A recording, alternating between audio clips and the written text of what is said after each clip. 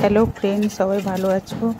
ভোটের উপলক্ষে আমি আজকে একটু ফাঁকা পেয়েছি। Good afternoon. বিকেলবেলায় যদি সহজে একটু বানানো যায় ক্ষীরমালাই, আমি একটু বানিয়ে ফেললাম। কিছু দুধ কেটে ছানা নিয়ে নিলাম। ছানা নিয়ে একটু ছানাটাকে ভালো করে গোল করে ফেললাম। তারপরে দুধটাকে ভালো করে ফুটিয়ে একটু আমল দুধ দিয়ে দিলাম। ঘরোয়া পদ্ধতিতে ক্ষীরমালাই চিনি দিলাম, একটু গোলমরিচ এলাচ দিলাম, তারপরে চিনি দিলাম। তারপরে হাতে বানানো ছানার মিষ্টিগুলো দিয়ে দিলাম। দুধ ফুটতেই থাকবে। তারপরে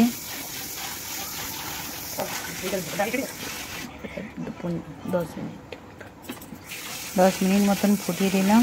এবার আমাদের ফুটছে, আমাদের ক্ষীরমালাই রেডি। ঘরোয়া পদ্ধতিতে একটু বানালাম, একটু খাবে যদি তাড়াতাড়ি চলে আসো।